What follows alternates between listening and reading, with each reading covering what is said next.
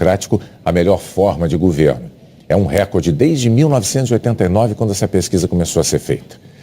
Nesta segunda-feira, em que os eleitores brasileiros já sabem quem serão os candidatos a disputar a presidência da República em segundo turno, tanto Jair Bolsonaro quanto Fernando Haddad aceitaram o convite do Jornal Nacional para se pronunciar sobre controvérsias que surgiram durante as campanhas eleitorais dos dois e que envolvem exatamente o futuro da democracia brasileira. E os dois candidatos concordaram que a ordem em que falariam seria sorteada aqui e é o que nós vamos fazer agora.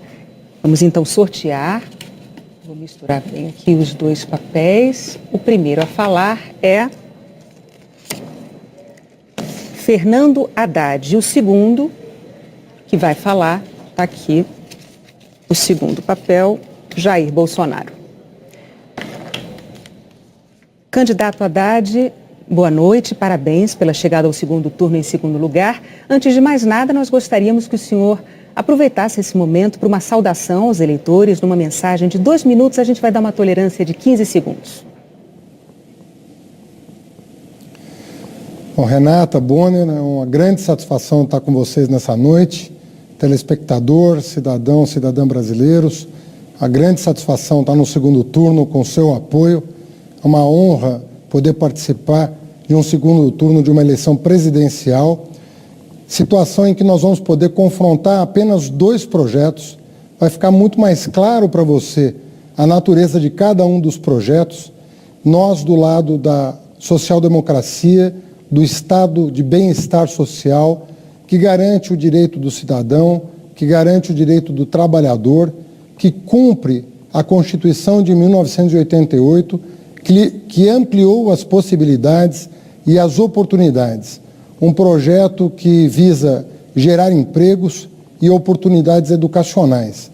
Conforme eu tenho dito ao longo dessa campanha, eu que tenho apenas 20 dias de campanha e consegui atingir 29% dos votos, mais de 30 milhões de brasileiros e brasileiras confiaram no nosso projeto, eu tenho dito que uma pessoa tem que acordar e ter para onde ir. É como eu aprendi com meu pai. E isso exige do poder público oportunidades de emprego e de educação. É carteira de trabalho assinada numa mão e um livro na outra. Espírito desarmado em virtude do desejo de promover desenvolvimento com inclusão social. Nós não podemos pensar em outra natureza de desenvolvimento. Desenvolvimento para poucos não é desenvolvimento. A economia pode até crescer, mas ela não vai se estabelecer. O verdadeiro crescimento que nos interessa é aquele que é compartilhado com todos os brasileiros, sobretudo com os mais vulneráveis. É esse projeto de Brasil que nós queremos defender nesse segundo turno e o faremos com muita responsabilidade e com muito respeito a você, eleitor, eleitora. Candidato, o seu programa de governo prevê a convocação de uma Assembleia Constituinte para mudar a Constituição brasileira, a chamada Constituição Cidadã, que é o que garante a nossa democracia e que acabou de completar apenas 30 anos. Juristas dizem que a nossa Constituição, ela não permite a convocação de uma Constituinte, não há previsão para isso. Só há previsão de reforma por uma emenda constitucional e que precisa da aprovação de 3/5 dos deputados e dos senadores. E essas emendas, elas não podem mudar cláusulas pétreas. Essas não podem ser alteradas de jeito nenhum. Um outro ponto é que 10 dias atrás, o ex-presidente do PT, José Dirceu, disse ao jornal espanhol El País que não acreditava numa vitória eleitoral de Jair Bolsonaro e declarou o seguinte, abre aspas, dentro do país é uma questão de tempo para a gente tomar o poder. Aí nós vamos tomar o poder, o que é diferente de ganhar uma eleição. Fecha aspas. O que o senhor diria aos seus críticos que se preocupam com a democracia brasileira no caso do senhor se eleger presidente? Bom, em primeiro lugar, sobre a primeira pergunta, nós revimos o nosso posicionamento. Nós vamos fazer as reformas devidas por emenda constitucional. Quais delas? Em primeiro lugar, a reforma tributária. No Brasil, quem sustenta o Estado é o pobre, infelizmente. Quem paga mais imposto proporcionalmente à sua renda é o pobre. E os muito ricos não pagam absolutamente nada, pagam uma proporção muito pequena da sua renda. Essa reforma tributária será feita por emenda constitucional, que prevê, inclusive, a isenção de imposto de renda para quem ganha até 5 salários mínimos, uma proposta defendida por nós desde janeiro de 2018 e que contempla o nosso plano de governo. Segunda reforma importante é a reforma bancária. Não é possível continuar convivendo com essa concentração de bancos, com as taxas de juros que eles cobram do empresário que quer produzir e do consumidor que quer comprar no crediário. Se nós fizermos com que o juro baixe, o lucro do empresário sendo maior que o juro, as pessoas vão voltar a investir e vão voltar a contratar. E se nós diminuirmos os impostos da classe média e dos mais pobres, eles voltarão ao mercado de consumo e exigirão dos empresários que contratem força de trabalho para produzir mais. Essas duas medidas são essenciais para a retomada do crescimento e vão ter que ser feitas por emenda constitucional. A terceira emenda constitucional importante é o fim do congelamento de gastos que afetou drasticamente o investimento. Sobre a segunda pergunta, o ex-ministro não participa da minha campanha, não participará do meu governo e eu discordo da formulação dessa frase. Para mim, a democracia está sempre em primeiro lugar. Candidato, o senhor tem mais 30 segundos para se despedir.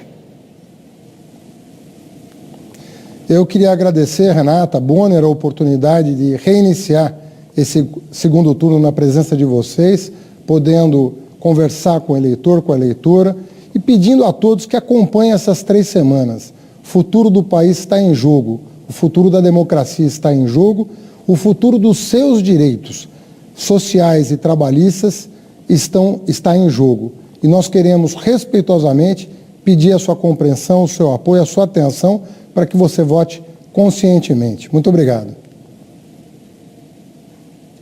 Obrigado ao candidato Haddad. Agora, então, é a vez do candidato Jair Bolsonaro pelo nosso sorteio. Candidato Bolsonaro, boa noite. Parabéns pela chegada ao segundo turno em primeiro lugar. O senhor, por favor, também pode começar com a sua mensagem de 2 minutos para os eleitores e, claro, os mesmos 15 segundos de tolerância, por favor. Boa noite, Bonner. Boa noite, Renata. Boa noite, brasileiros. Primeiro, meu muito obrigado aos quase 50 milhões de pessoas que acreditaram em mim no último domingo. O nosso compromisso, a nossa plataforma, a nossa bandeira baseia-se em João 8,32. E conhecereis a verdade e a verdade vos libertará. Meu muito obrigado às lideranças evangélicas, ao homem do campo, quer seja do agronegócio, quer seja da agricultura familiar. Obrigado, caminhoneiros.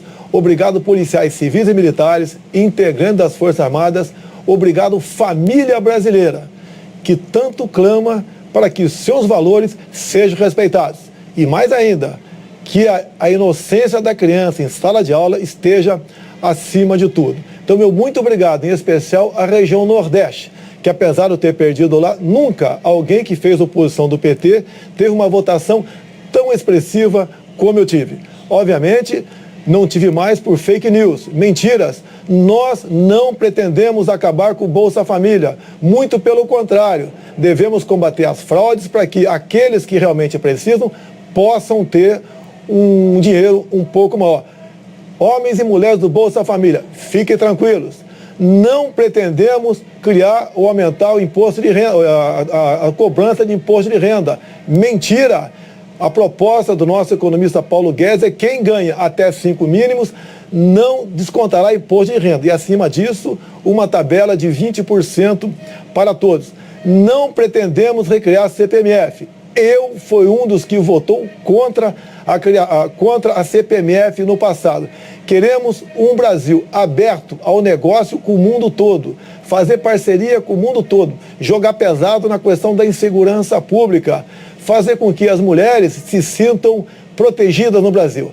Dessa forma é que nós pretendemos governar o país e dessa forma pretendemos construir o futuro da nossa pátria maravilhosa.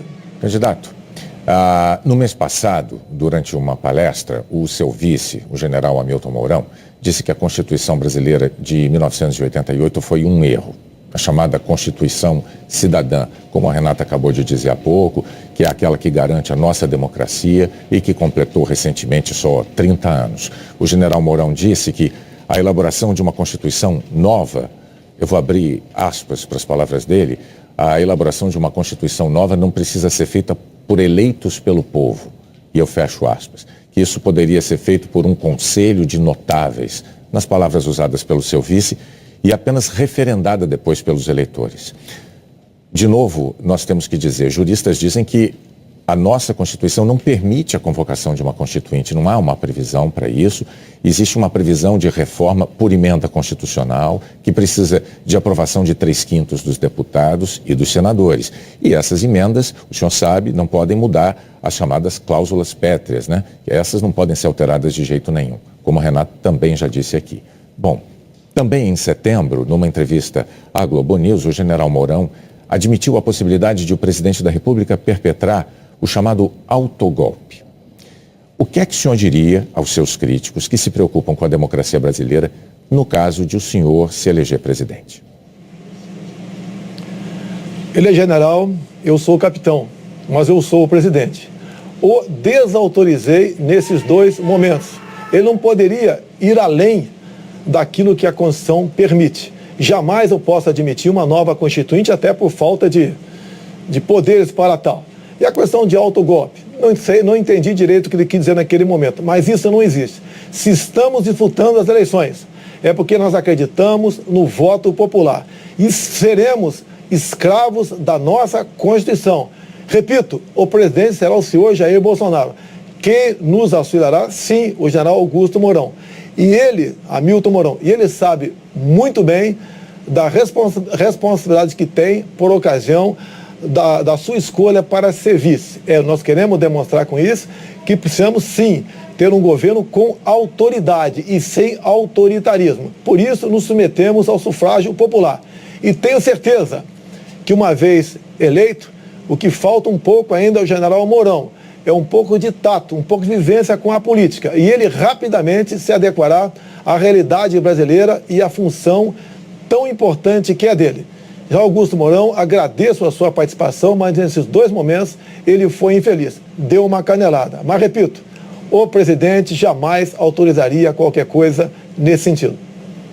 Candidato, o senhor ainda teria 30 segundos para complementar a sua resposta. O senhor abre mão deles? Eu posso complementar. Quando você fala em Constituição, uma Constituinte, não podemos admitir isso, até porque não teríamos autoridade para tal. Vamos manter e sermos escravos da nossa Constituição. Algumas propostas pontuais, sim, poderemos propor, como, por exemplo, a redução da nossa moralidade penal que o povo quer e deseja. Candidato, então agora o senhor tem mais 30 segundos para se despedir dos eleitores. Vamos pacificar e unir o povo brasileiro. Sob a bandeira verde e amarela, sob o nosso hino nacional, juntando todos que foi dividido no passado pela esquerda. Dessa forma, podemos mais que sonhar. Temos a certeza que faremos um Brasil diferente do que foi feito até o momento. Não aceitaremos o toma lá da cá e nem imposição partidária para escolher o nosso time de ministros. Será um time, aí sim, de notáveis, competentes e com autoridade para buscar o que é melhor para o Brasil e não para agremiações político-partidárias. Candidato Jair Bolsonaro, muito obrigado também ao senhor pela participação no Jornal Nacional. A seguir, os estados que já elegeram governadores no primeiro turno. E os que só vão conhecer seus governantes no dia 28, no segundo turno.